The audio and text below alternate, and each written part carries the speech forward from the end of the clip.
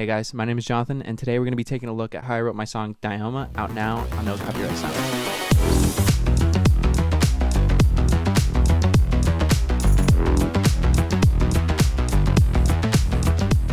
So this song started originally as an idea that I was doing on the Poly D.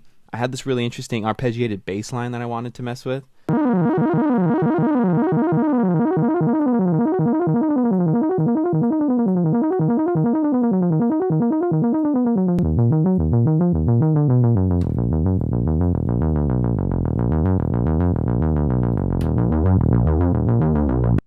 So at first that reminded me of like a spy about to go into a nightclub and completely John Wick the place. And so I kind of wanted to emulate that feeling as much as possible with the intro.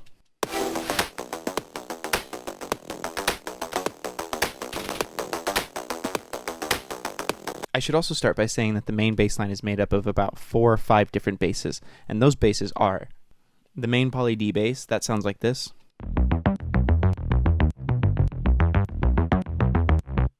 But as you can see here, I rolled off some of the lows and a little bit of the highs. The distortion on the Poly D is pretty harsh, so I wanted to get rid of as much of that high-end like white noise as possible here. And then I brought in some saturation to kind of bring out more distortion, some compression to kind of even everything out, and then a little bit more kind of like creative EQing right here, and then just another roll off of the highs here. The second bass I have is this sub bass. If you have your headphones, or if you're listening to these on monitors, you'll be able to hear this.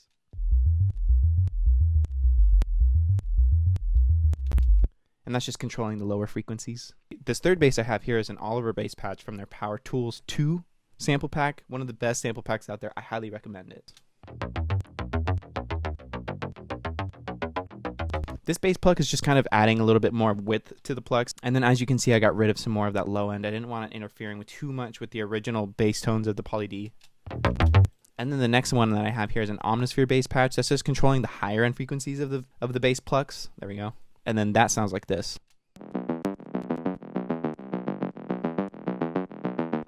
So far, altogether, these sound like this.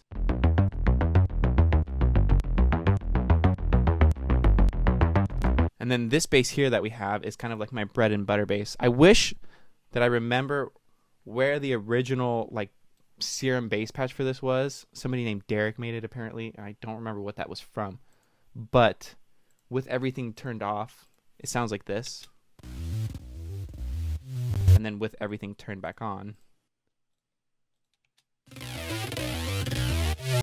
And that is kind of going to be like our little catalyst point in between each section. So another really important layer that I have here is the strings layer. This first layer of strings I have here is a contact instrument called Session Strings 2. It's one of my favorite ones out there, aside from this rhythmic texture ones. This one's really cool too. But this one is just kind of like a tremolo string leading you into the next section as well. And then underneath that, I have just kind of like this string stab from Kashmir here. It's a little bit weak, but it's just kind of like carrying the like undertones of that. And then this last one I have is just kind of like a really strong brass note. Yeah. And then all of those together sound like this. Cool. All right, and then on to the drums. So one thing I really like to do with my drums is go on Splice and find a drum loop that I think is really interesting, but is lacking something that I think I can add to it. So one thing I took here originally was this Oliver drum loop here.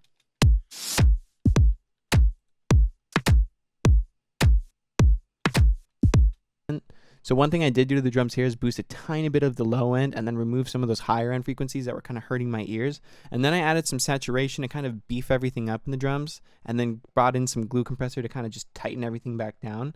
And then I added some limiter just to make sure everything wasn't going to clip.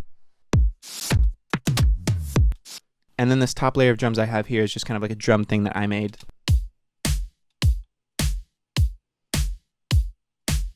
And then so far those together sound like this. And then after that, it's just kind of layering a bunch of like kicks and snares to get the sound that I really want.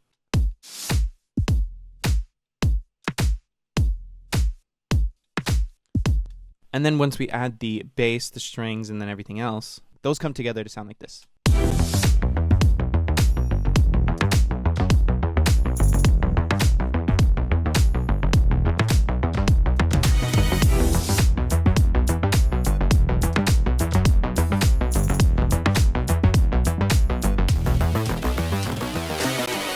Okay, and then so now that we move on to this next section, it's important to point out what I removed and then what I added here for this next section. So what I did with this poly bass is I replaced it with another one that's just a little bit more aggressive, a little bit more distorted, and I think it has a little bit more decay on the plex. Yeah. So compared that to this one.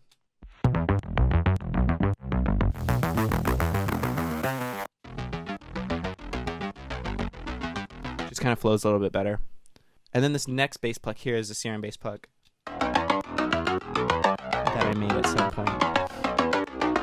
And that has some low end removed here, and then some flanger, and a little bit of boosting in the mids, and a little bit in the highs here. And that's kind of like the main bass pluck noise for the rest of the song too, actually. And then this next bass patch that we have is another Omnisphere bass patch that's a way more aggressive than all the rest of them combined, and those sound like this.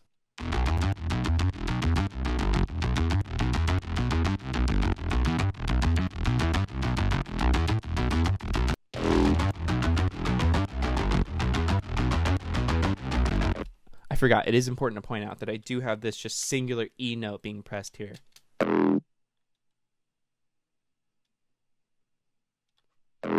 Cool. And then another thing that I did was I removed that sub bass and replaced it with this kind of 4 on the floor, just boom, boom, boom bass right here.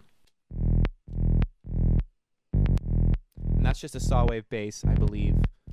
And then this is just a saw wave bass, I believe, with some distortion and a low pass filter, distortion and some compression, yeah. And then this next one is just kind of like a higher end bass note pluck thing. Probably can't even hear it. And then I have a bass pluck here. Another cool thing that I did with the drums here is I replaced this first drum layer. I replaced this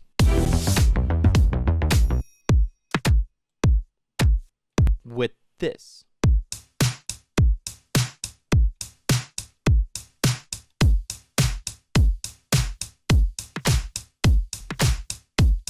So these drums are way harder.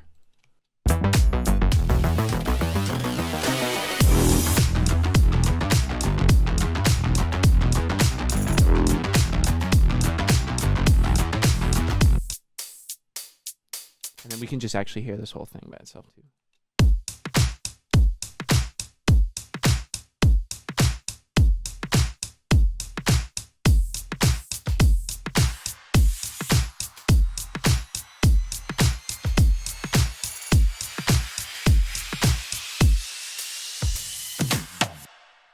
So these risers that I have here are just kind of some fun stuff that I made and some stuff that I found on Splice as well.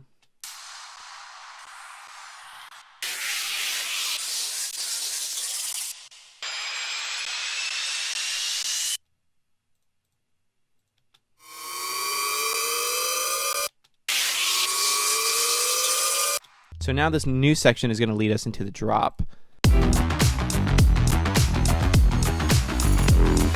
Drop number 1.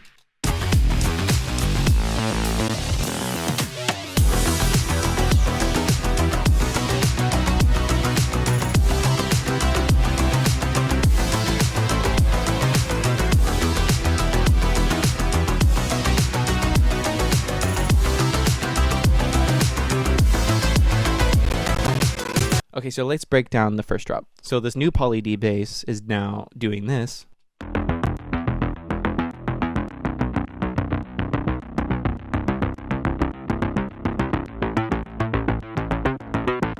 I wanted everything to follow just kind of like a more basic arpeggiated pattern so that I could hide the original bass pattern, I believe, in the plucks here.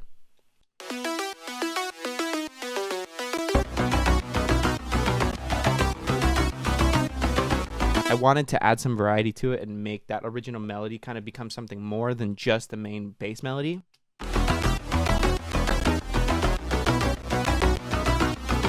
And then I have this groove bass just following everything else again.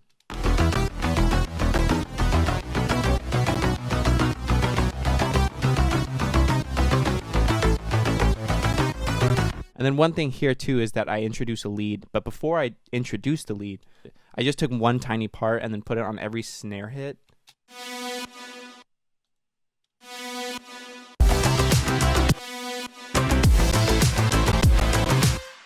And then another thing that I did was I added these chords here. Now I had to bounce these out, unfortunately, just because my computer couldn't handle a Prophet 5 synth and serum at the same exact time. But this first serum patch is just kind of being like the body of the chords.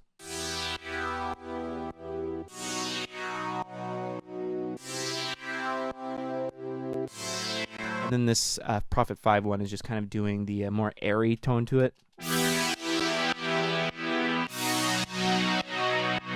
And then another thing you can see is I pan this to the right a little bit and this one to the left just to kind of create more width to the chords.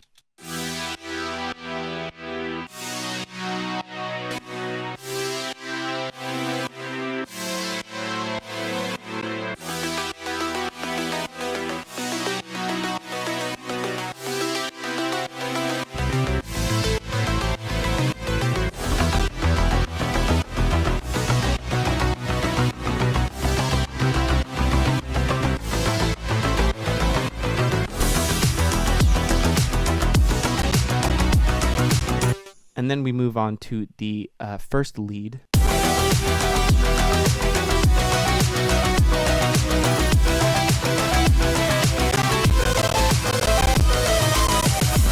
Sorry about all the underruns, by the way. Like I said, my computer's really old.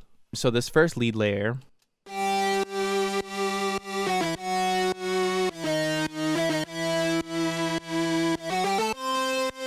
believe this is just a pre-made silent 1 patch, and then that's followed by another silent 1 patch that just has all distortion. I believe it's just a saw wave, but it's all distortion.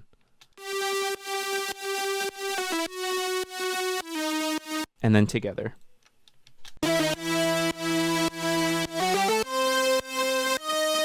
And then this section leads into our first kind of mini breakdown.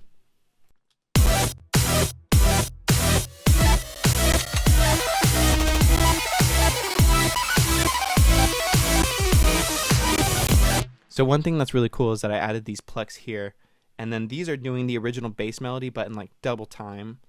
So I believe this first thing is actually a bass patch. Yeah, it's just a regular serum bass patch right here, and it's just the highest octave that it could be.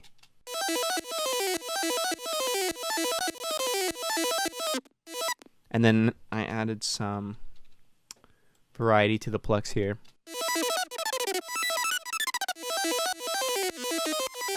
And then the second pluck layer here is an Omnisphere patch. And then this one is the cranky electric ember lead. And then together.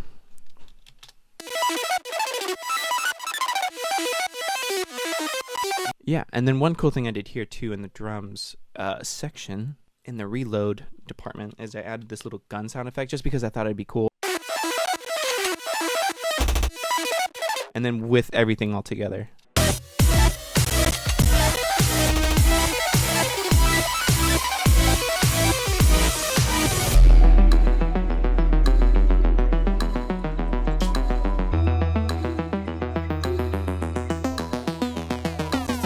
So this section, this breakdown section, is going to lead us into our second act of the song, or whatever you want to call it. So one of the things I wanted to do at first for this section was change the rhythm of everything. So the way I did that was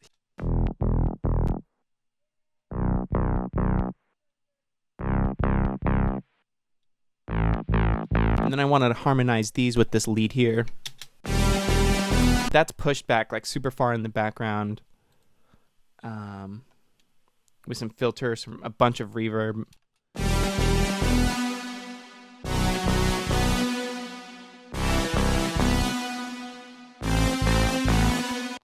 All right, and then for the drums and percussions, I don't have much going on here. I just have one hat playing. And then a crash. Oh, some cymbals actually. Oh, more cymbals.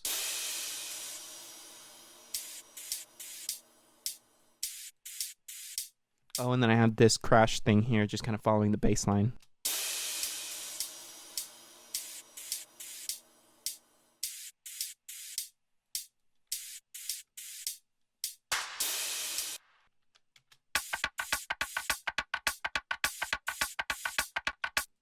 So this is, I believe this is just like a wooden something, I can't remember, but then I just looped it to be in time. And this is one of my favorite sounds ever. I usually try to hide this in like most of my tracks. And then altogether that sounds like this.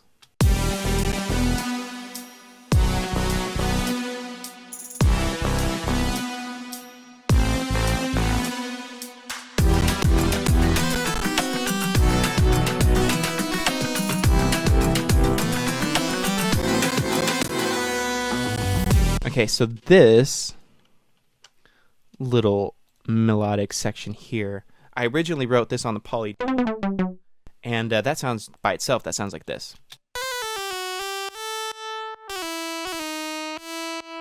And then as you can see, I named the group Change to Harpsichord because I just wanted this whole thing to be harpsichord, but by itself it doesn't sound as like full, and it doesn't have as much presence as I want it to have. So when I combined the two and then took this last section here, duplicated it, and then I pitched it down an octave, this whole thing sounds way better.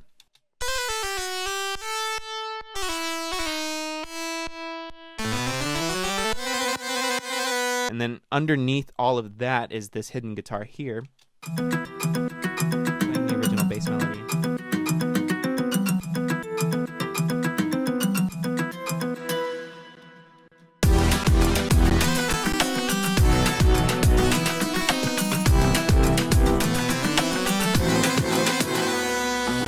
Oh, and then another thing I have here are these really cool drums that I found on Splice that I chopped up a bunch and renamed it Lido shit, because this is just something that Lido would do.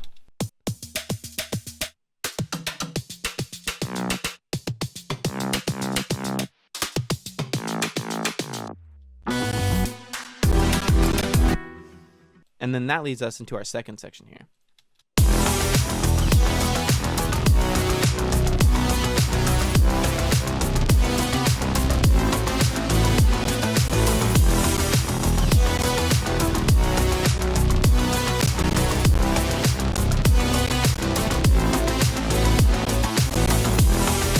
So there's not much really happening here in this drum department. I did add these Latin percussion here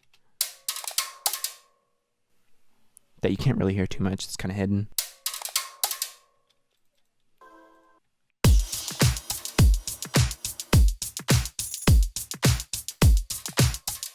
But I think they're cool. And then this new bass section here has almost all of the basses together now, and this J bass here is way more prominent.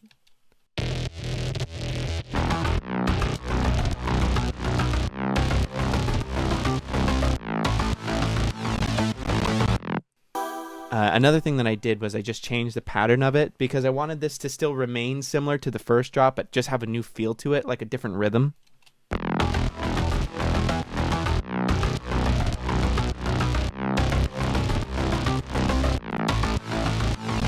And then you can see that this groove bass here is just following it and just adding more emphasis on every like note change.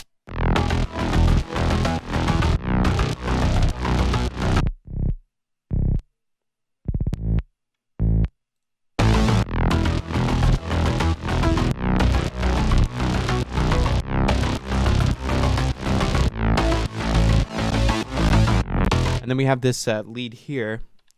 Then we have this lead here, which is harmonizing with the bass notes and has this like anthemic type of feel to it. Or at least that's how I feel.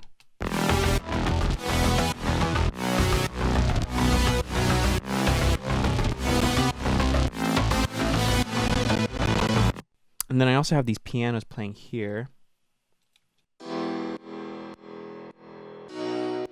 These are just stock Ableton pianos.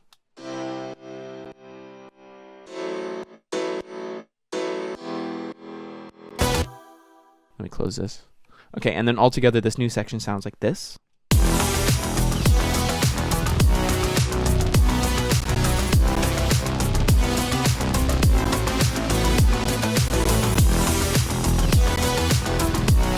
These notes right here are the same notes here, but they're just adding a little bit more like depth to the reverb.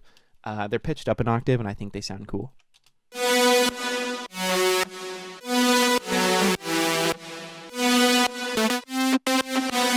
And And then this whole section here just pitches up an entire octave.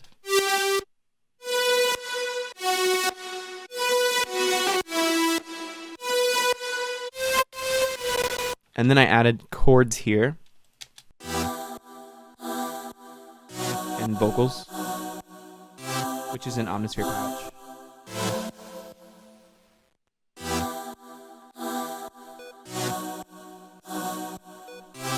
There is a beep.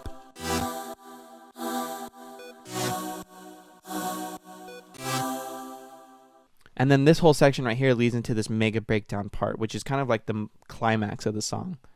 Twice.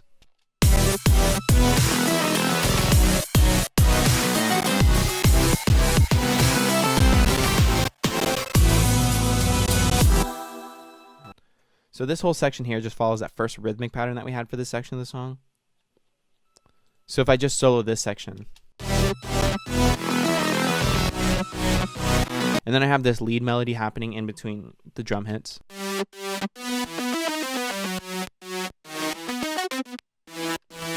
And then these plucks here are just kind of like emphasizing this melody here.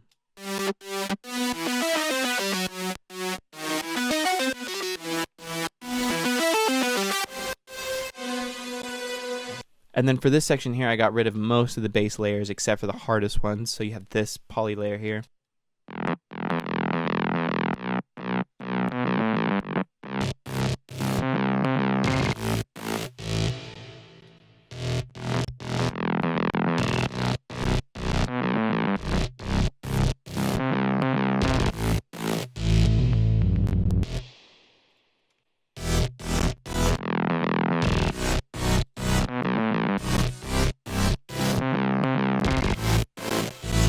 And then I also have this high layer here. This is just a stock Ableton instrument called magnetic strings.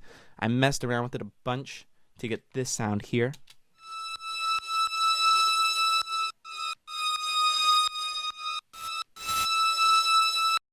The leads here are being doubled up on that original melody that we had in the beginning of this section.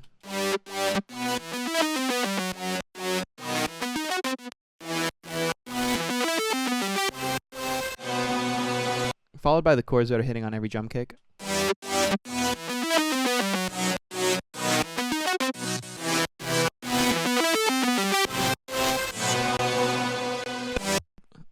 So for the drum section, what I did was I turned everything into halftime.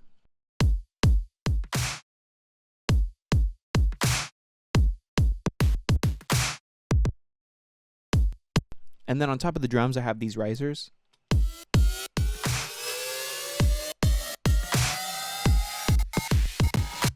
Followed by these crashes with some splashes right here. And if you note, I actually have the crashes panned on either side. These are two separate crashes here.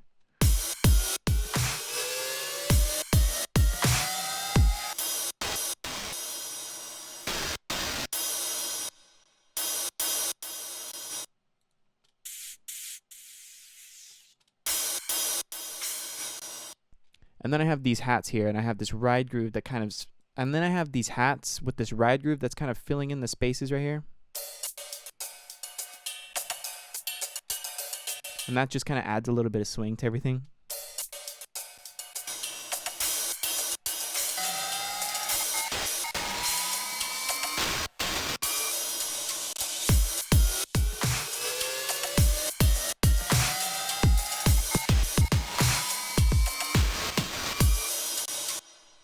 Okay, and then from the mega breakdown, we enter the TikTok section. So what I did with the TikTok audio was I just chopped up certain parts that I liked about it.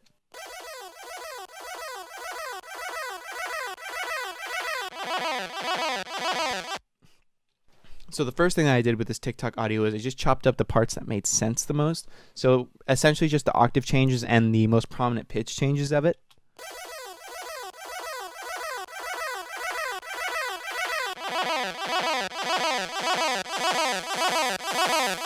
And then I just let this section go.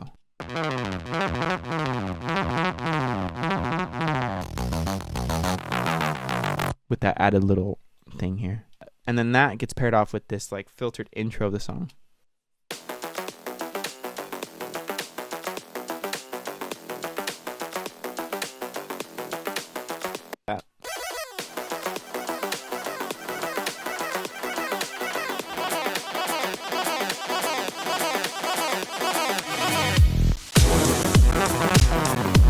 this section here is just the string sections with those cashmere hits.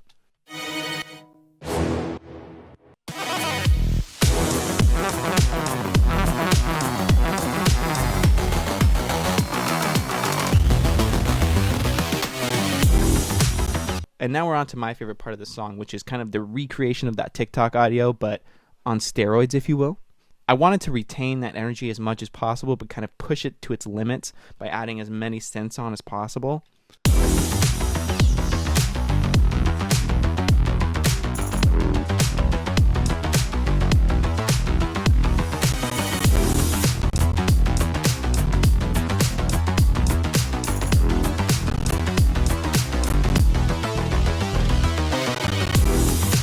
So one of the first things that you can hear is that I add this pluck here to kind of act as like a harmony layer to those bass notes.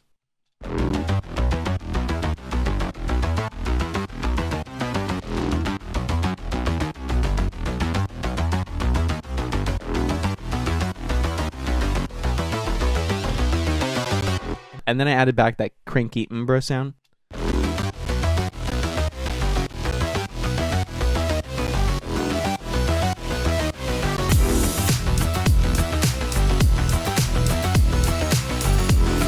One really important thing to add for this section, I have this just getting pushed to its absolute limits here.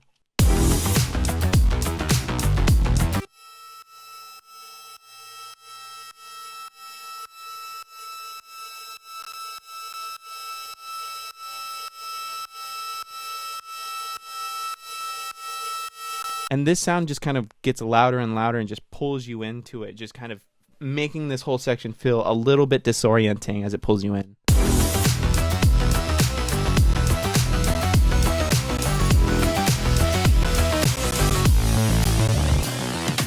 And then we go straight into drop 3, baby, which is technically drop 2, but with just a little bit of spice.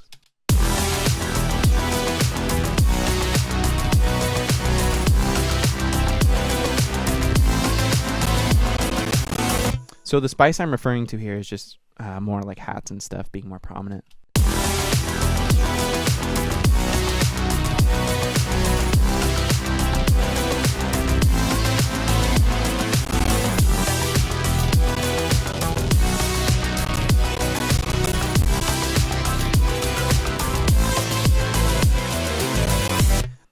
Okay, so now we have entered the final territory of this song. So for this section, what I did was I took the mega breakdown and I duplicated the length and just added a bunch of risers to really pull you into the intensity of this section.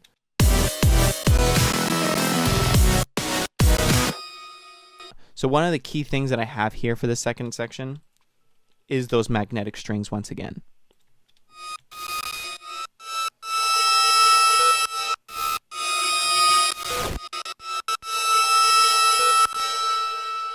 This whole section without it, so this whole section right here without these strings, leaves it kind of blank and empty a little bit.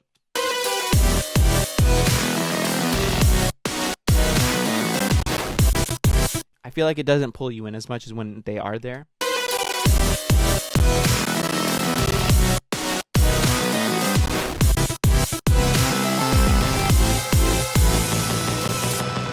And then another thing that I really love to do is these kind of like stutter edity things here.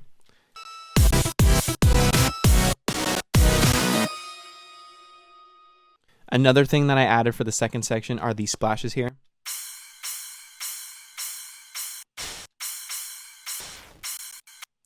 And then for the risers here, I have this thing called the Decimation Riser, which is super intense.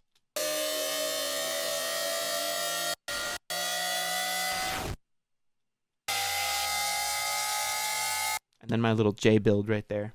And then one of the last things I did here was I put this delay on this bass layer. I know it's kind of taboo to put like reverbs and delay on the bass layers, but the timing on it is very weird and it's automated, so it kind of has this rising effect. And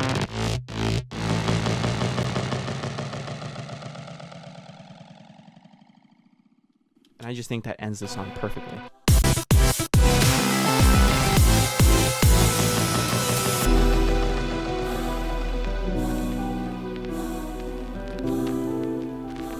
This this last thing here, sped up originally sounds like this. But I stretched it and then pitched it down 40 semitones. And that just hits nice. That just hits really nice in those deep bass layers.